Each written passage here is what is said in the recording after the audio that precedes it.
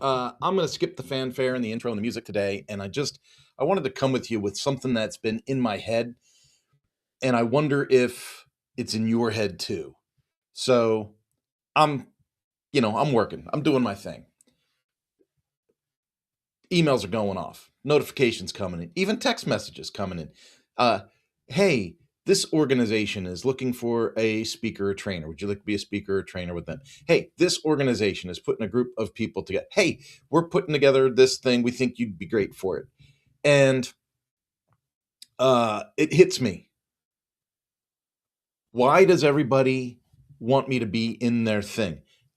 My energies are going to create revenue and opportunity for them, obviously, right? So they have this vision, they have an idea that they're going to put people like me into a group, and they're going to optimize that for some reason or for some purpose.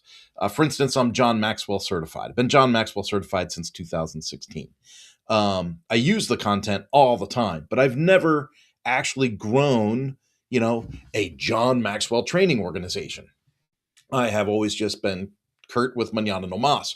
And so I watch other people start to build these like organizations, consulting organizations, things like that, based off of that initial certification, right? Or you can join the mentorship team with the John Maxwell folks, and you could travel the world, you could do all kinds of things. It takes money, it takes investment, it takes commitment. I get all that, okay? But as I sit here, I wonder, and I think back, okay? I think back to I think back to when I was asked to leave my high school. That's what I think back to. And I go, okay, so since being asked to leave my high school and being told that I would become nothing in this life, I have become a certified speaker, coach, trainer. I've become an accomplished podcast host. Uh, I have run my own agency. I've excelled in sales. Uh, I have been a consultant to many. So all of those things that I talked about, like speaker, author, coach, that comes in, right? Trainer, boom, that comes in. Corporate training, done a ton of corporate training. All of that comes in. Curriculum developer, right? So we take all this and we go and we crunch this into a thing. We take it all and we crunch it into a thing. Now, one of the things that I want to do with Manana No Mas is I want to launch this WP Agency Academy and the Sunflower Launch. They're basically the same thing, but they're different audiences. I want to take that and I want to start pouring into the next generation, right? Like, here's what I've learned uh, to run a successful agency, to start and run a successful agency. Here's what I've learned.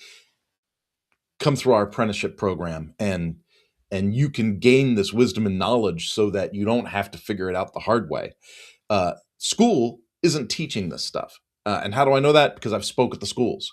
I speak at the schools. I ask the students the questions. They have no idea how to use the skill sets that they're learning at school to become self-employed and do their own thing. It's not like schools teaching people how to be an entrepreneur. The people are like, "Oh, I guess I got to get a job doing this." Well, how would you get a job doing this? Well, no, I guess I look on Indeed. I look. Okay, no, that's not going to work, dude. Trust me. Uh, Nobody's hiring. You got to figure it out. You're going to have to figure this out. The gig economy is like the new economy, and you're going to have to be an entrepreneur in the space. You're going to have to take these skills, and then you're going to have to figure out the rest. You're going to have to add on, stack on a bunch of skills on top of what you've already learned at school so that you can launch and run your own agency. Because here's the deal, if you don't stack on those skills and you got to hire outside to do all the things you don't know to do, you ain't going to have any revenue left. You're not going to have any margin left as a profit to be able to live, to do the things you need to do. Like, these kids are coming out, and it's like they're so close. They're so close. They've got a great base concept. They've got a great, I'm talking about the IT space. They've got like this great concept. They're so close, but they really don't know how to generate revenue off of it. They don't know how to monetize what they know. All they know how to really do is like, I think I can apply for this job. And then that job requires moving, relocating, moving expenses probably aren't going to be covered, like, all these things. Pardon me. And so I thought, hey, let's teach these kids how to start, right? How do you start? And then how do we give them a boost? What if we gave them a year of free hosting and a year of, free plugin subscriptions to launch them, get them started, get them moving. I just did a talk last week on using WordPress in business, and it was the same as talking at the high school, talking about WordPress. It was like, even if people knew about it, even if people had heard of WordPress before, they didn't really know what it was, and they didn't really know what it did, and they didn't really know what they could do with it. And so I spoke for 90 minutes. And by the time I left, I had 3 referrals to talk to people about additional web projects, because people don't know what they don't know. And so I thought I would just jump on here live and I would ask you, like, what's next for you? Like, how do you, and feel free to jump in, like write a comment, have a discussion, whatever. But how do you process everything that you've done in life so far and then figure out what's next? What is next? So, and then my question is, what if there's not a next? Well, then what is it? Do we just scale what's now? Do we just scale what's now? So, part of me, I'm on a podcast called Agency Action Show. And Agency Action, it's me and Toby. And Toby's brilliant. I love working with Toby. But him and I have had 2 different pathways in our agency life.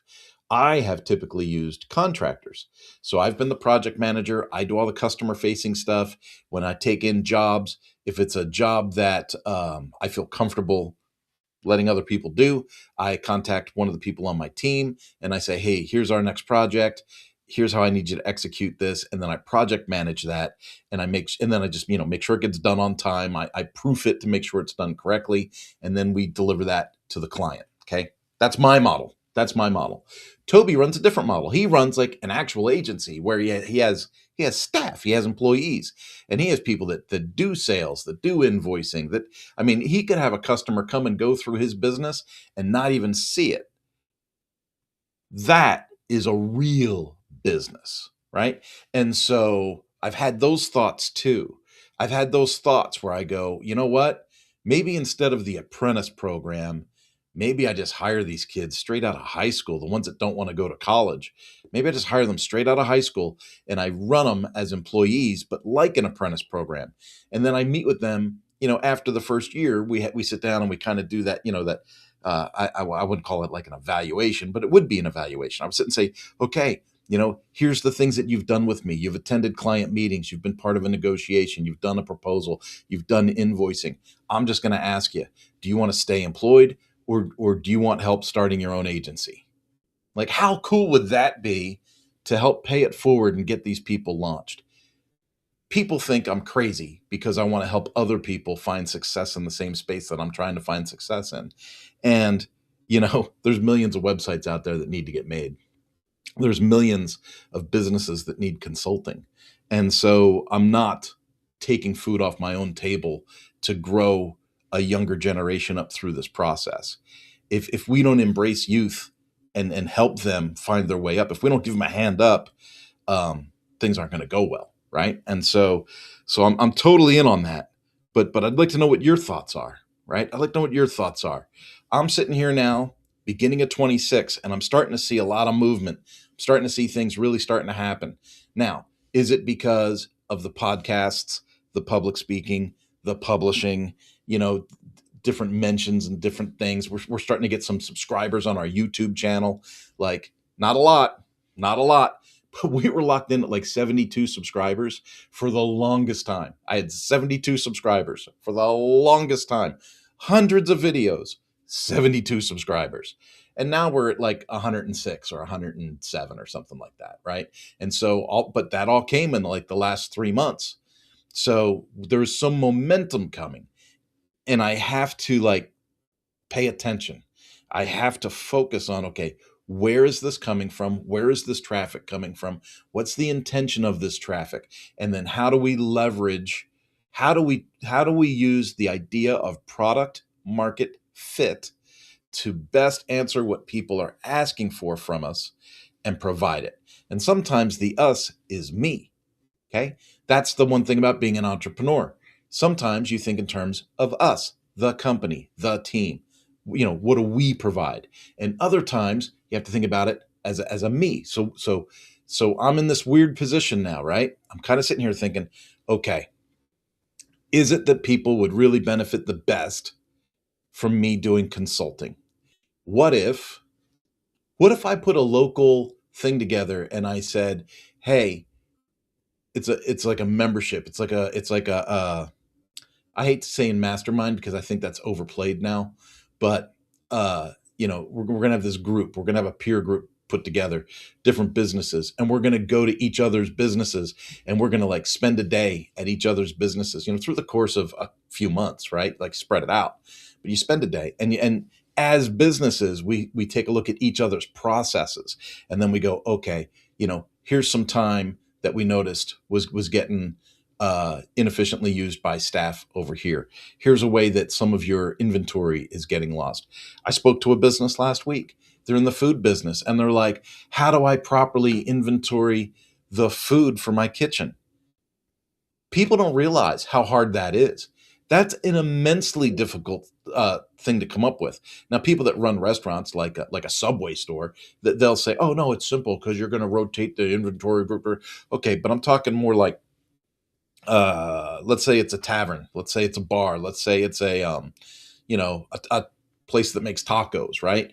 Well, how much beef is coming in, how much pork is coming in, how quickly do you cook it, how long can you cook it and keep it before you have to dispose of it, right? Because if you don't sell it, it's got to go somewhere, and then that becomes a loss, right? And so then you have to kind of keep an inventory on not just a current stocking level of where you're at, right? But what is the stage of that inventory, because it's perishable. So a perishable inventory is very difficult to manage. And if people don't have the proper way of logging the losses or the waste, or face it, serving sizes, right? When you go to get a sandwich somewhere and the staff is like weighing the meat before they put it on the bun, and you're like, right? Well, they have to do that because if they just eyeballed it all the time, the store would go broke because the prices are based on certain volumes, and then you start working, you just start slapping meat and you go, oh, well, that sandwich looks good, right? Well, to make it look good, you got to double everything up. And then, of course, all your margins go out the window. So the idea of keeping an inventory in a perishable item market is very, very difficult, right? And so now I'm not going to say I consulted with this guy, but we did have a pretty good conversation about it. And it kind of inspired me, right? Because I was like, well, this business does this, and this business does that, and this business does this. What if I put together a group of 7 businesses? And I said, these 7 businesses interact with each other. All the owners get to know each other. We share each other's numbers. We share each other's growth. We help promote each other on social media. So we kind of turn into one of those like little clusters, right? A pod. Sometimes I call them pods, social media pods, right? We share each other's social media accounts, and we pump each other up, right? And then maybe we have like if one's a restaurant, we hold our company's event is going to be at that restaurant. Why? Because they're in the same pod with us, right? That would be really cool, right? And maybe do something cool like, because I'm a person of faith, 7's a great number. Like 7 is the number of completion. So maybe we call it like 7 complete or something like that, right? I don't know. There's all kinds of crazy ideas going on in my head, but I can't get over the idea that I am being forwarded. I'm being forwarded a ton of sales guru videos, marketing videos, educational videos in the IT space, and people saying, "Oh, look at this guy! Look at this guy! Look at this guy! Join this group! Join that thing!" And I'm thinking, why do I want to join someone else's group? I should be leading a group. Like, why would I want to join someone else's initiative when I'm sitting on all of this knowledge already? All right. I think you have to ask yourself at some point as you get older, because I am getting older, is there a point that you're becoming selfish and hoarding the information for personal gain? And should you feel guilty for not sharing that information with others to help everyone grow? Right? What is that? A rising tide lifts all ships. And so I really do wonder, and maybe it's because I read the book of Proverbs last month, right? Maybe it's because I went through the whole book of Proverbs and read every single word of it. Maybe that wisdom from the book of Proverbs is coming in, and hitting me and saying things like raise a child in the way they should go and they will not depart from it, right? Raise a community in the way it should go. There we go, right? Pay it forward, be involved, do things. So we'll have to see. We'll have to see. I just found out that I'm speaking at Startup Hutch on the 12th. So looking forward to that. And I just got done speaking on the 30th for the Chamber of Commerce. So things are moving. Things are moving. The momentum is with us. What's next? If you struggle with what's next, I would love to hear that. I'm looking at chat. I don't see anything in the chat yet. So I'm going to bail out of this one, folks. I'm really interested in feedback. So if you see this, if you watch this, and you're like, I've never commented on Kurt's stuff before, but this one got me. I got a thought. Put the thought in the chat. It'll come back to me. I'll get a notification, right? But put the comment in the chat. Like, at what point do you continue to grow and hoard the information and keep it for yourself? And then at what point do you burst forth and add value to others? Being John Maxwell certified, that's one of those things. Like the whole phrase, what do you want to do with the John Maxwell certificate? Well, I want to add value to others. The whole thing was, how do you add value to others? Well, here we are. Here we are. We have come a long way. And somebody out of my childhood reached out to me this week. And I did not have a very good adolescence. I might have had a lot of fun. I might have done a lot of stupid things. And sometimes people think that that's the key to a good adolescence. I did not have a good adolescence. In fact, it took me all through my 20s to recover from my adolescence. And he reached out to me, and it was encouraging, right? Because he was like, wow, I'm really proud of everything you've done. I can see everything over the years. And we're not close friends. We were like brothers growing up, but he saw me at my worst. Heavily medicated, cancer survivor, did not react well to medications. Nobody really understood what was wrong with me. And I was a lunatic, an absolute lunatic. And it lasted for years. And when I finally got out of the fog, when I finally hung up Big Pharma and got away from some negative family situations, sensibilities began to creep back into my life, right? Like I was not living a great life, but sensibilities started to creep back in, and I got to say, the Lord saved me. I started going to church, started figuring things out, got more sensible, started hanging around with better people. And I really honestly feel like I broke a hereditary curse. I know that people will hear that and they'll say, Kurt's being crazy. No, I look at my kids. I look at my daughter. I look at my son. They're both pretty well grounded. They might not feel it, right? They might be like, oh God, life is hard, or dad's such a jerk. But I feel that the way that my wife and I raise these kids, I feel like we snapped that curse. I feel like we broke it, right? Which is great. That's great news. That's phenomenal. To be honest, work's done. I can't ask for much better, right? Work's done. I can't ask for much better. But how would we do the same thing for others, like in a business or entrepreneur set? How would we help people break through, break out, get to where they want to go? It's been a lifetime of learning, and I wonder what's next. I got way too much energy to slow down.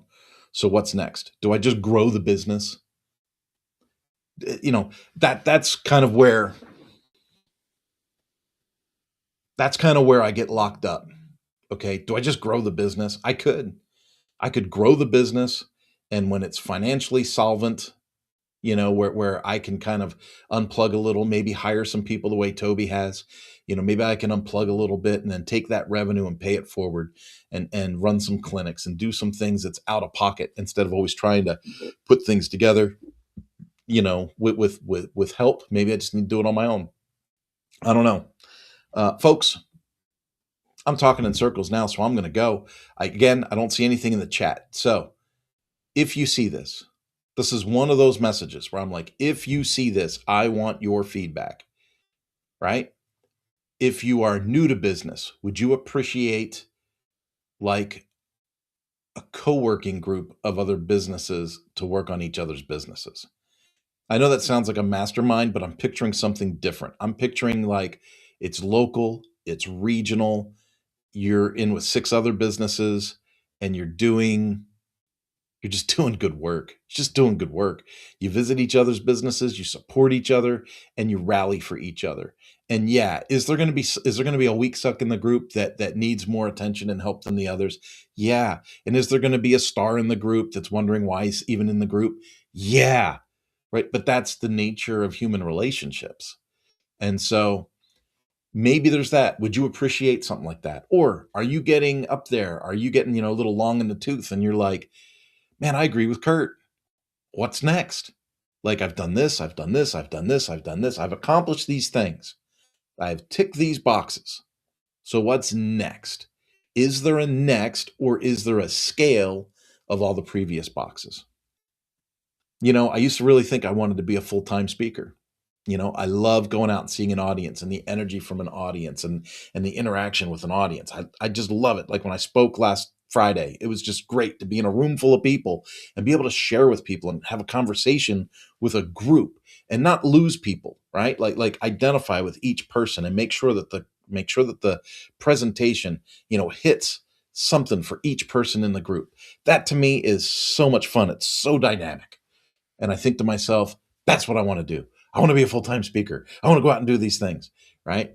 But then I'm also an expert in the agency space. Well, last week I talked about being an expert in the agency space.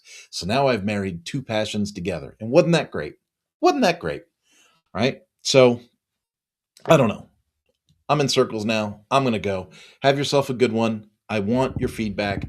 Leave me a comment. Where are you at? What stage are you at in your business startup, your business ownership, your business shutdown, your business resale, your buy sell package with the manufacturer? Let me know where you're at and kind of how you feel about it, right? How you feel about it and what you think is, in terms of next, what is next for you? I'll talk to you later. Have a good one. Bye bye.